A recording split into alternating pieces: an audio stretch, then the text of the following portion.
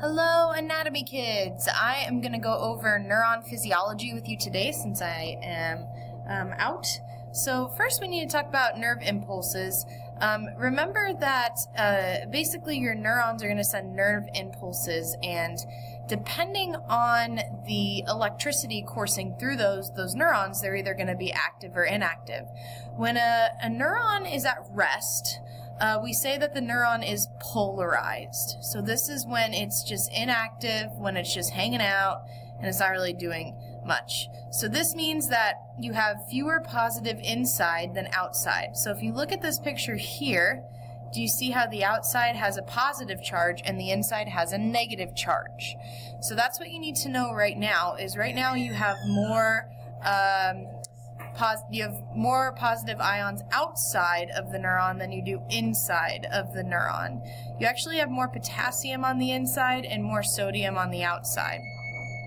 So neurons will become excited or irritable from stimuli.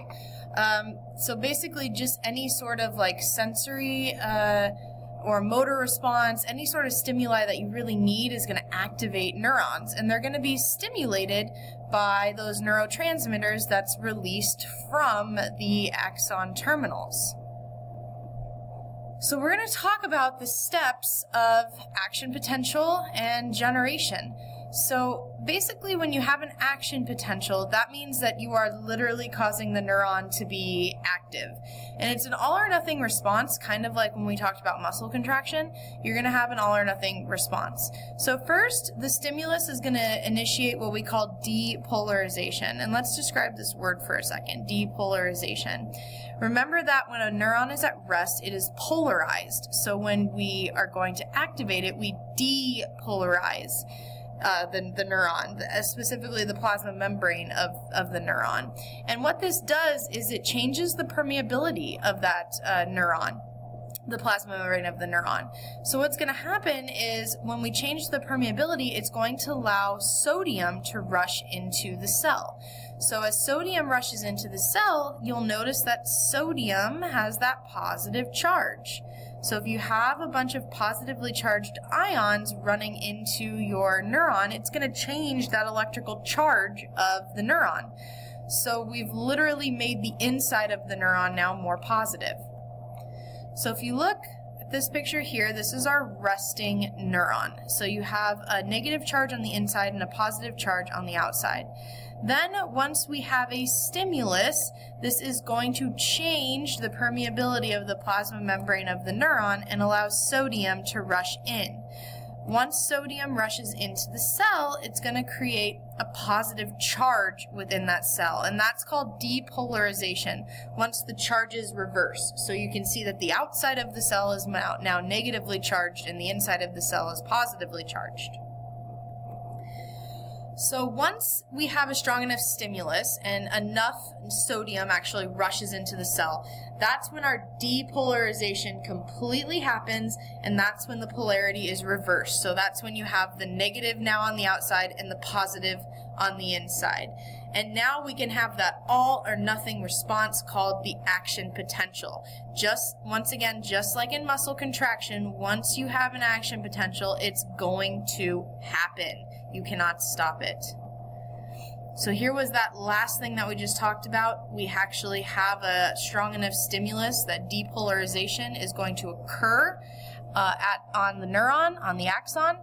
And what this is going to do is it's going to change the part of the neuron to positive and the outside negative.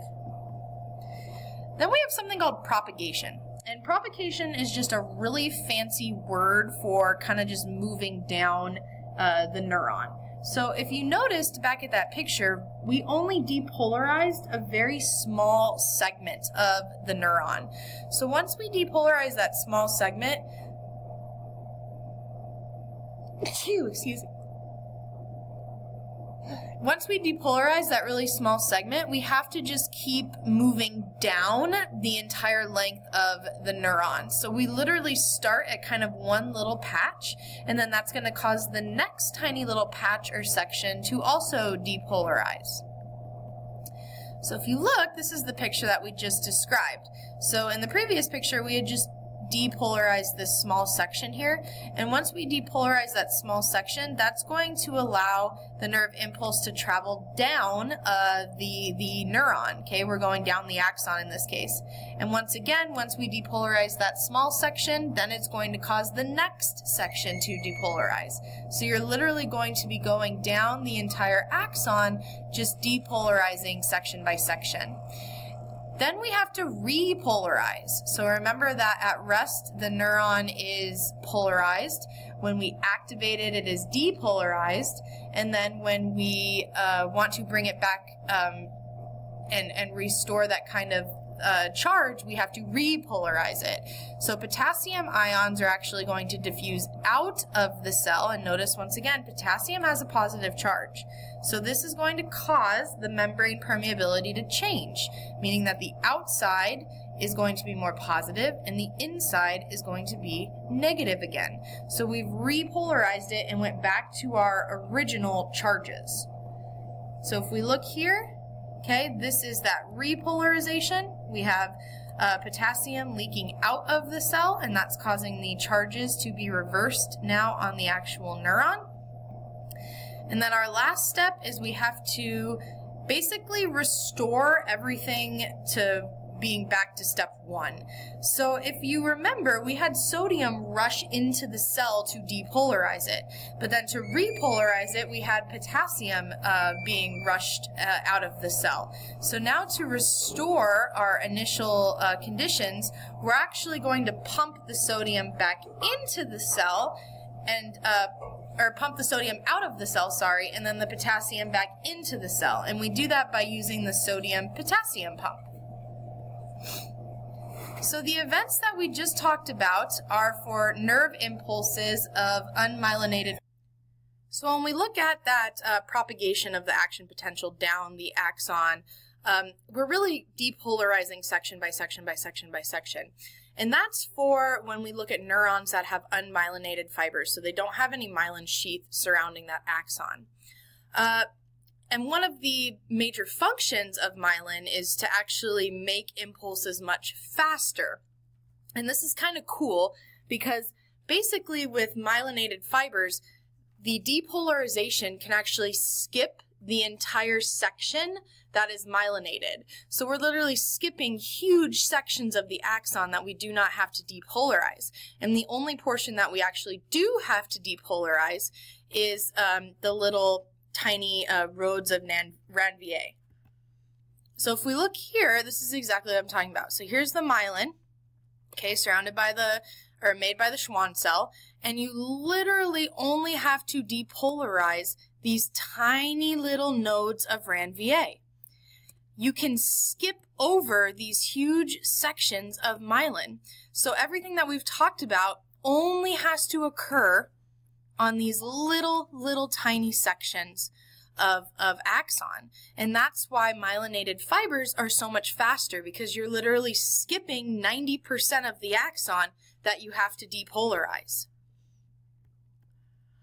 The last thing we're going to talk about is the transmission of the signal at a synapse.